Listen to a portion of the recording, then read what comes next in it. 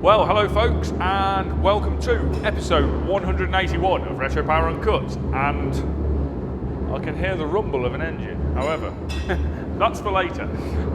In the background behind me is the body shop, and progress on various fronts this week in there. The Redux E30 M3 and the Project 1 Escort being the main two constituents of that progress. Currently, the wet flatting and final polish, well I say final polishing, there'll be another polish later on, but the wet flatting and polishing of the panels for the Redux E30 M3 is going on, literally as we speak. And also this week, earlier on, well in fact just probably an hour ago, Steve has put the matte clear lacquer on the back, or on the visual weave faces on the back of the Project 1 Escort bonnet and boot lid.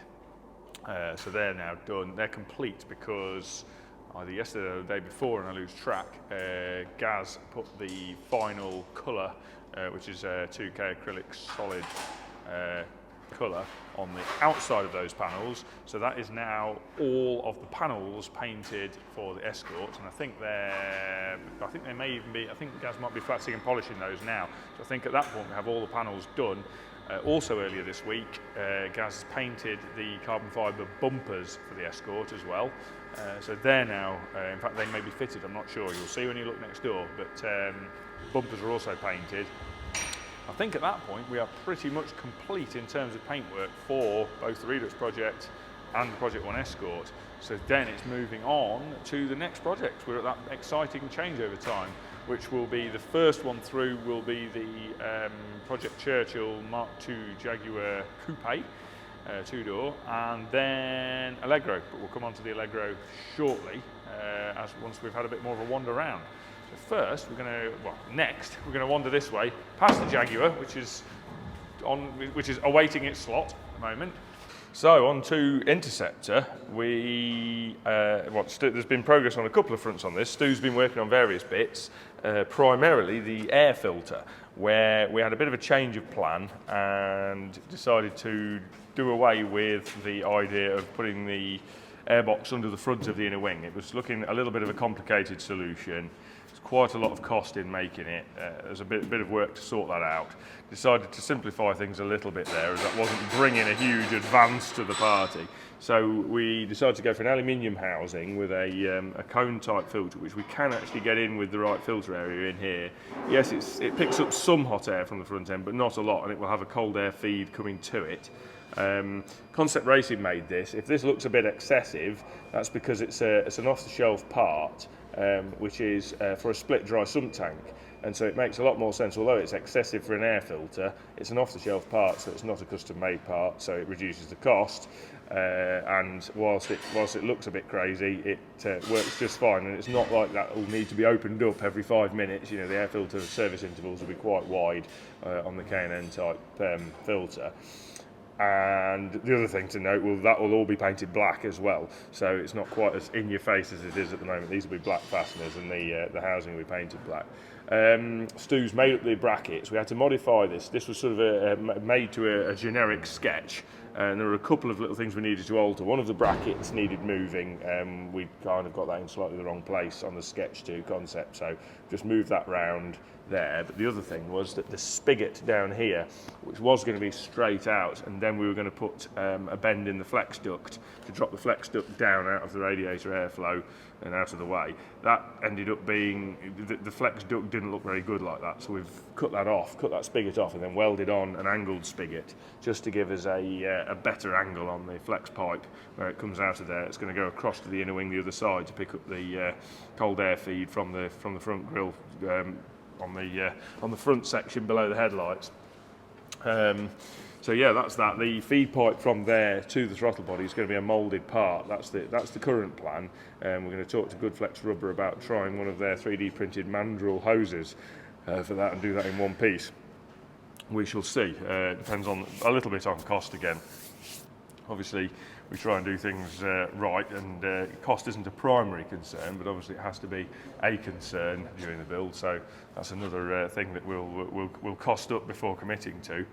And then Stu's, the other thing is he's finished off what we were talking about last week with the organ stop vents in the dash, getting those finished off, the mountings for those, and the duct that feeds from the scuttle grill into them, and then that's all upstairs with the CAD guys now for them to draw up all the various 3D printed parts.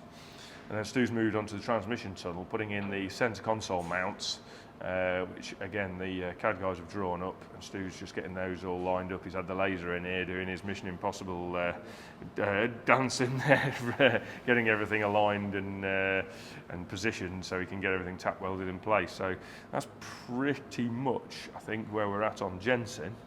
And moving on from there, there's a little, but not a lot, of progress on the Quattro. We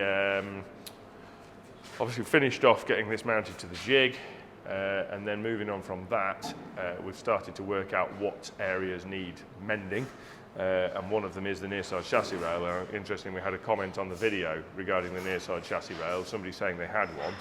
I've responded to the comment, but if it's including the full inner wing, then I'd be very interested in buying it, because while I can get it quite cheaply from Audi, Audi won't ship it to the UK, which is slightly frustrating. The other area is the roof. We're going to be doing some further work on the roof. I was warned by Kelvin Welsh at Fusion Autocraft, who we deal with a little bit. He's a really good guy, and he mentioned to me, was the roof okay? And I said I thought it was, because we hadn't really delved in too much detail. So I paint stripped and cleaned up the roof and DA'd all that back, and then sure enough, Kelvin was quite right. It's got 8 holes in it, so the roof needs repairing. Now we've looked at there are 2 options. One, we could do a carbon fibre roof. The rest of the car outside is going to be carbon fibre. The other option would be to repair the steel roof.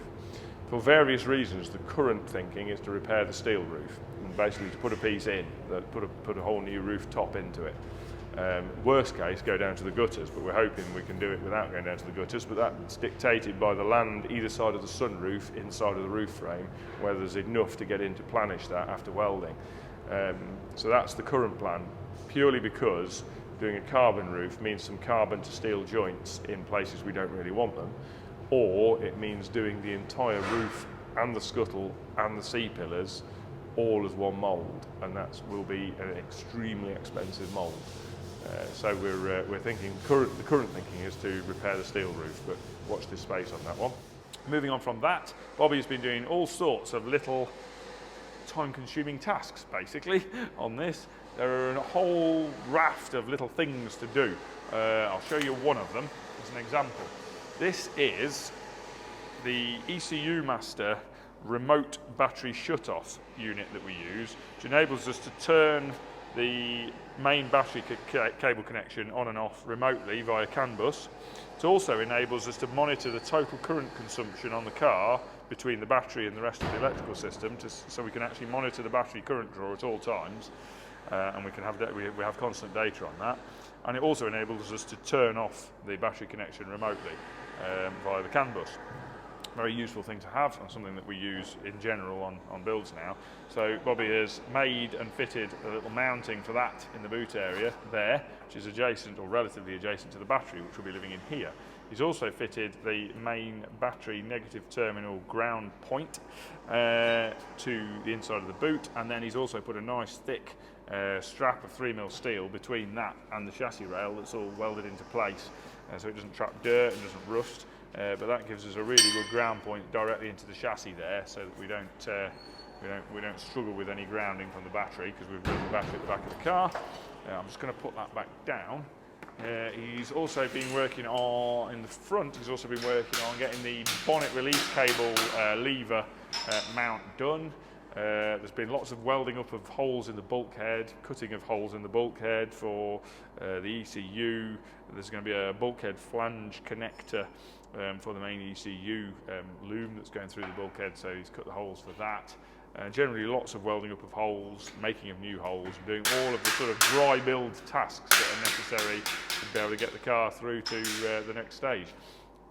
On the inside, he's literally just been putting the holes into the structure to get the cables, the wires through to the door pin switches, so that we've got connections for those. and been bracketing for a whole variety of things. I'm never going to remember them all, but he's been doing bracketry for a whole variety of things. I think he was saying one of the next jobs is going to pull a dash out and get all the studs, single side spot weld the studs into the inside of the bulkhead to carry the wiring loom across behind the dash. And in tandem with that, Matt's been working on the front end, getting the front valance repaired and tidied up, and getting that mated into the ends of the wings, because there was some finishing of the shape required there, so he's done some lead work there. And the guys have printed out these sort of 3D printed substitutes for the indicator stroke air intake units that go either side of the headlights, because these dictate the panel finishes around them. So we've printed these out, and then Matt's used these to work out the where he's got to lead to and get all the panel alignments really neat on the front. So that's I think that's pretty much where we're at on the Allegro. And the other thing, in keeping with the theme of roofs, I've yesterday stripped the roof on the Allegro again in preparation for the next stage. Really, we won't blast the roof, and the roof was still in its original paint, so that needed cleaning. It was actually surprisingly tough paint. We've got all that off, got all that cleaned up. Tried paint stripper. Paint stripper took the paint off, but it didn't actually remove the primer, amazingly. So I ended up using a strip and clean disc to get that off. But we've got all that back to bare metal and DA'd it all. It'll be DA'd again before it gets primed, obviously, but it needs to be. I just wanted to get it back to bare metal for when the rest of the car gets blasted, which is the next stage. Now the plan was to try and get that done this week. However, it's a short week. Friday was Good Friday, day after tomorrow. To be able to get this blasted and zinc metal sprayed and epoxy primed, it needs a long day, and it needs nothing to go wrong. And the car would need to be set up, ready to go, compressor fueled up, everything ready to go first thing in the morning. And that would need to be tomorrow. And clearly, we've got a little way to go before this can come off the jig. So the plan is now to do all that on Tuesday of next week. That gives us tomorrow to finish the work on this, get the car off the jig, get it on the trolley, get it into the blast room, get it mounted onto the rotisserie, get the rotisserie ends fitted, obviously, in order to do that. And then also, there's a little bit of work that Matt's undertaking now on the rear valance. We're putting a wire edge on the bottom of the rear valance, and we're doing that as a separate piece, a separate wired edge that we then spot weld on, save trying to wire edge the existing valance, which will actually shorten it too much, really. So we're going to wire edge a separate piece, spot weld that on, and then lead solder that in to smooth it off. So that should look all quite tidy once it's done. But again, that's another job that needs to be done prior to the final blast and zinc metal spray. So yeah, it's all hands to the pumps on getting this Allegro finished and through to the body shop. Well, I say through to the body shop, guys. It needs to come back here, back onto the jig briefly, so we can bond the quarter panels on, and then at that point, it's over to the body shop guys to get on with the final panel alignments, final fettling of all the gaps, and get it prepared and ready for paint. So things will be moving forward apace. So, in answer to a few questions, and I'm picking these entirely at random because I can't answer them all, I'm afraid. First one, very personally and close to home. So, when is Nat going to finish that Rover? Well, very good question. I actually did a bit of work on it. I did a few hours on it on last Saturday. Unfortunately, it's actually slightly back now from where it was at the start of Saturday, because I decided after a bit of toing and froing and umming and ahhing that I wasn't entirely happy with my engine positioning. So I've moved it. I had it quite heavily offset to the near side.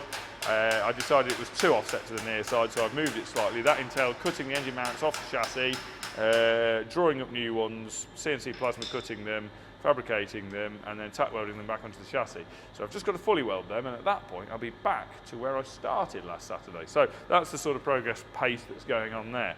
It doesn't get a lot of time. Having young children and a business to run, unfortunately my own cars get sadly neglected.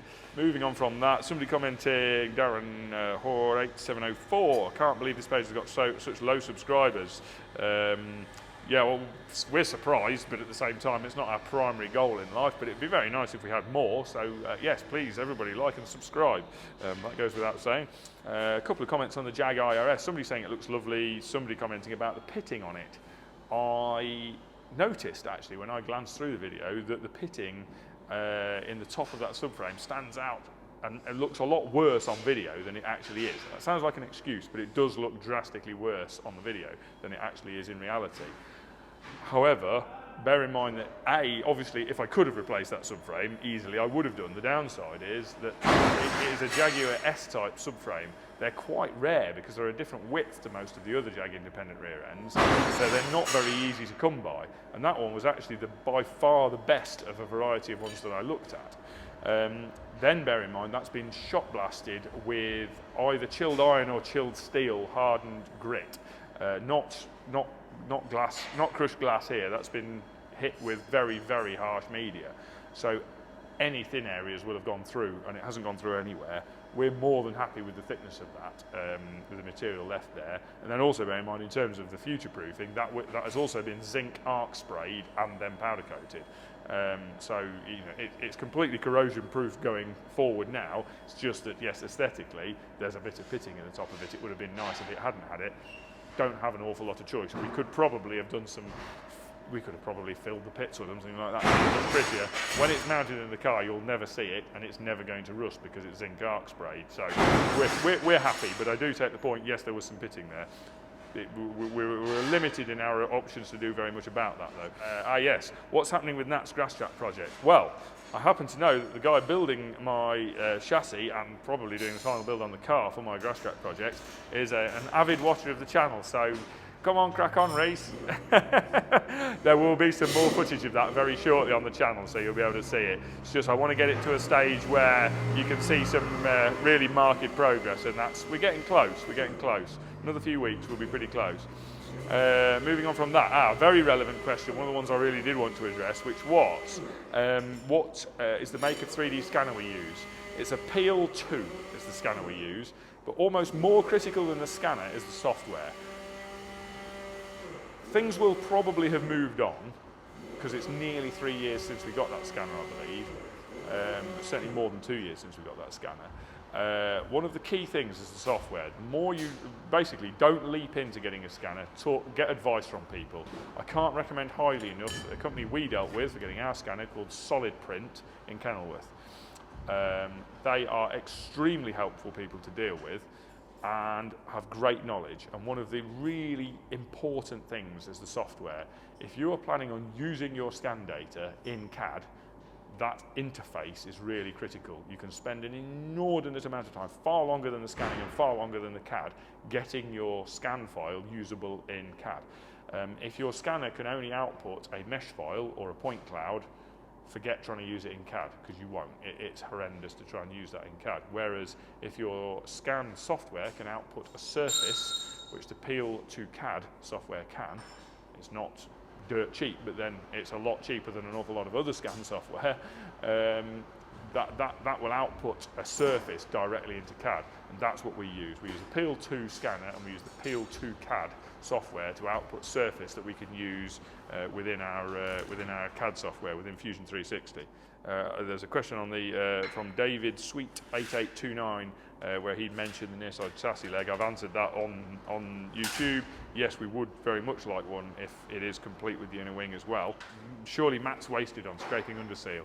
Yes, Matt is wasted on scraping under seal. However, we had a little chat about the fact that here's the array of jobs that need doing, and Matt's very pragmatic, as anybody doing this type of work has to be, which is you can't just sit and twiddle your thumbs when there's jobs that need doing, and the jobs that need doing aren't always the nice ones, the pretty ones, the enjoyable ones. Sometimes it just needs doing, and Matt's great. He just knuckles down, cracks on, gets it done. Same as I would, same as everybody does. I don't particularly like sanding roofs, but and I certainly don't like zinc metal spraying, but it all needs doing, all got to be done. We all know the end result. We're all driving for the same goal. We all want to build great cars. So you take the rough with the smooth in terms of the jobs and crack on.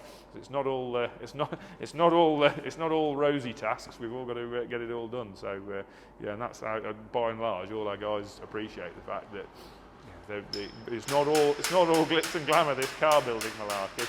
On that note, I'll hand over to the more glitzy and glamoury side, and hand over to Cal in the assembly shop, and you can have a catch up in there, and I'll see you in a week's time. Probably not. Detecting face track enabled, so it is. Woo! Yeah, my God, yeah. I don't know what's going on. Right, are you filming now? I am. You know, I might as well just go straight into it then. I haven't even had a chance to grab a coffee. Right, we'll go over this way. And Might as well check out the book first, as I said earlier, because I think we've got some time-lapse footage. We could call that book fast. But yeah, great team effort on this between Luke, James, and George. George, who did the sort of the actual design work of the shape of the car. Luke's then worked on creating all the profiles from that. And then James has done all the toolpath programming and cutting of the pieces, and I think it went together pretty much as good as you could hope for it to go together. So the only remaining bit on this at the minute is there are the solid parts. So on the back here, this whole section is going to be machined from a solid block of epoxy tooling board, as are the wheel arch sections. Because when Andy makes this, there are some sharp edges, if you like, so around the actual wheel arch lip will be a sharp return, and the recess for the number plate on the back will be a sharp edge. And whereas the main purpose of the book is essentially a checking jig, so he can hand wheel up sections, try them on here, and then weld them together and assemble them and make sure it is the same shape as this book. On those sharp edges, he will actually use the tool to hammer that sharp crease line into it, so we need some solid sections where you can actually hammer the metal over the tool, because obviously with MDF it's not hard enough to do that. You would just demolish the MDF rather than shaping the metal. But yeah, looking pretty cool, and as I was saying to the client for this the other day, when we're done with it, actually make quite a nice either art piece or piece of furniture. It'd be quite cool to put a cushion in here, maybe even have it the other way up actually, stand it on the base here and have a cushion here that you sit on, and that's the backrest. That would be pretty cool. So that's that. A few things going on with the Camaro. Anthony's just done the front number plate mount. We've now received back the brake fluid reservoir. I will actually give a special shout out to Jonathan Plumridge, PBE CNC. We've mentioned him a few times before. Luke made a slight error on this tank, and there were some slightly misaligned bolt holes on it, and he has basically got us out of a pickle. So very much appreciated on that. But yes, this is the combined screen wash fill and clutch fluid reservoir that will sit in the engine bay. It matches the brake fluid reservoir the other side. As you can see underneath, you've got the screen wash. That's the screen wash feed that goes down to the main screen wash tank, which is under the arch there. That is actually just an air bleed out from the tank, which I don't know if you'll be able to see, but it's connected to an internal drilling that comes out near the top. So as you fill it with fluid, rather than it glugging as you fill, the air will just stream out through there, through this little stanchion inside, so it'll fill smoothly. And then that's the clutch fluid feed, which just feeds across to the clutch master cylinder. So that is that. I think we're going to be probably fitting glass very shortly on this. The other thing we've got to do is the door grommets. So the wiring grommets for the electricity going into the for the wires going into the doors for the electric windows. So that's that. What do we got over here? So project one. Essentially, we're all hands on deck with this at the minute, but it is all coming together really nicely. So I think I'm trying to think where we were at with the interior last week, but all the interior is coming together really well now. Centre console's in. We've just thrown the driver's seat in. I wanted to just get that in to just check the seatbelt socket lengths, because I still need to order the seatbelts, and I was waiting until I could throw that seat in to check the lengths on that. Instrument cluster's now in. I don't think that was quite in last week. Everything's been powered up, checked electrically, and then Alex is working on the first fire up. And actually, I'm pretty sure, although I wasn't near the car, I'm pretty sure I heard it fire up for the first time earlier, albeit only for a few seconds. But hopefully we will have some further running of the engine this week, ahead of potentially being able to test it, all being well, next week. Front grille's now fitted, the bumpers have just been painted and sitting over there, satin black, ready for me to mount those for the final time. The guys next door are working on the bonnet and boot lid have been painted now. They're doing the satin lacquering on the visual weave on the underside of those two panels. And as soon as they're done, we can get them fitted. So it's really just that sort of domino effect of everything that we've been waiting for, where you get to a point and literally everything can just go in. So Gibbo will be able to get the rest of this interior in now, get the passenger seat in. seatbelts can go in. And at that point, we're almost there. We've got a temporary steering wheel. Don't panic on the scruffy looking steering wheel. We'll put that in there just so we can steer it around without risking mucking up the actual steering wheel that's going in. We've got to do the print of the column shroud and leather that, but we've got everything in order to do that. So yeah, it's just kind of ticking through those final jobs on it now. Boot build can go in. There's a domino effect. The reason that's not all been upholstered, or the upholstered parts aren't in, is because we need to get the boot lid on, which is just being lacquered, then to check the torsion bars, make sure they're giving it an appropriate amount of lift, because obviously it's a lot lighter than the steel one. Tweak them accordingly, and then everything can go in here as well. We can fit them in for the final time. Anthony's fitted the LED strip under here that's the boot light. This panel that sits behind the fuel tank can go in, boot carpet can go in, and then the damper reservoir mounts can go in. So yeah, it's on the brink of all coming together, and it's so cool to see the interior come together. Having sort of had it in my head for so long, it's always nice to see that all come to reality. And speaking of stuff sort of coming from idea to reality, we'll do a little, it's not a cut, let's say I'll teleport upstairs and we'll have a look at what the CAD guys are on about. Alright, as if by magic, I'm up in the CAD layer. Luke's been on with one of the things, the Jensen Interceptor ductwork, so I'm guessing that will have probably shown Stu making the mounting for these vents that are going in the centre of the Jensen dash. And then the next piece of the puzzle is working out where all the duct routing for the AC and heat is going to go. The centre two vents are going straight to, in fact, I have it right here, the bulkhead panel that bolts into the bulkhead. And that's up here because Luke's been drawing up an adapter that will go from that square outlet on there and split to the two central vents. So you basically have fresh air here that you can open and close with the plungers. And then there's these 3D printed vents which are going to come, or duct should I say, coming down through here. And then I think, is there going to be a full 3D printed kind of duct underneath here to keep it kind of slim? Is that the thinking? To link up that 90 degree and that 90 degree, there's going to be something which comes around here and pushes that out towards the side where the HVAC is. Yeah, cool. So yes, it's basically planning out all of the ducting and doing it with 3D printed elbows and sections so that we can keep it all nice and snug and not have flexible ducts flailing everywhere, although there will be some flexible ducts under there. So that's that. And another thing we were doing earlier this week was scanning the Quattro. So now the Quattro is on the jig and we've got the outer panel work off it. We were doing round 2, if you like, of the 3D scanning process because we've already got the exterior panel work all scanned. What we wanted to do was then get another scan done with the quarter panels removed, so you've got the underneath structure, for example, for where we're going to meet the inner arch tubs up to the inside structure, and also the mounting flanges for all of those panels. So effectively we can go from just having a model of the outside shape of the panels to actually having all of the exact mounting flanges modelled on the piece and then trying it on the car in the CAD, if you like. And also we're going to be moving on to some of the interior design stuff, which is probably why there's this original binnacle sat here.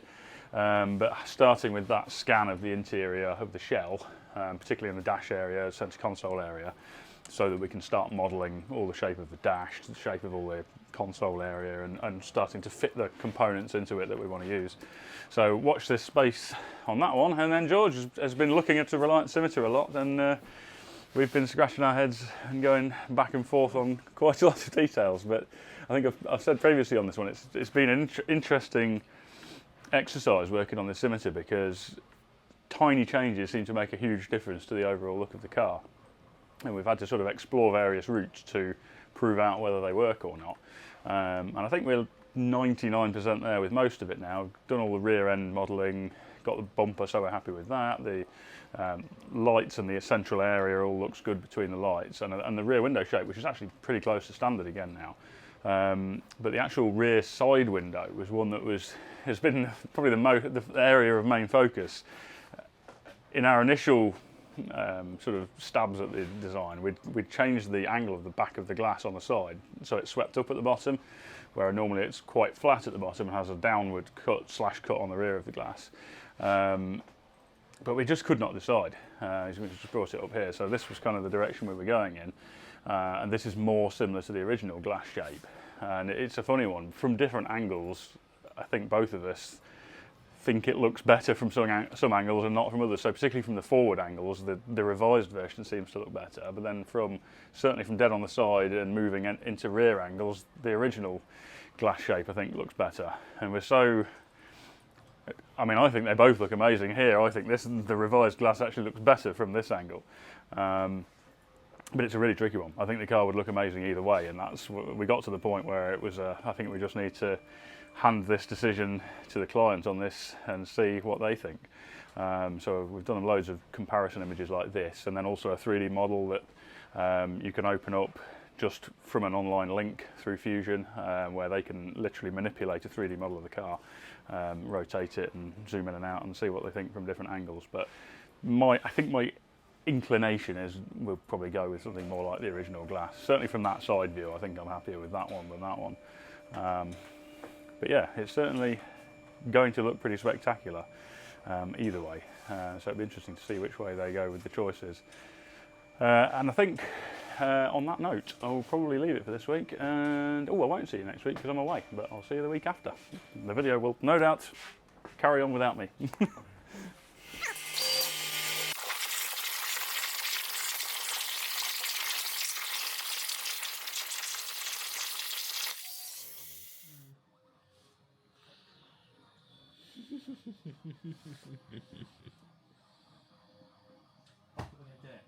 If you don't make it, we're going to tow it. So nice. Okay. I didn't say you can't arrive on a tow truck. It doesn't say that.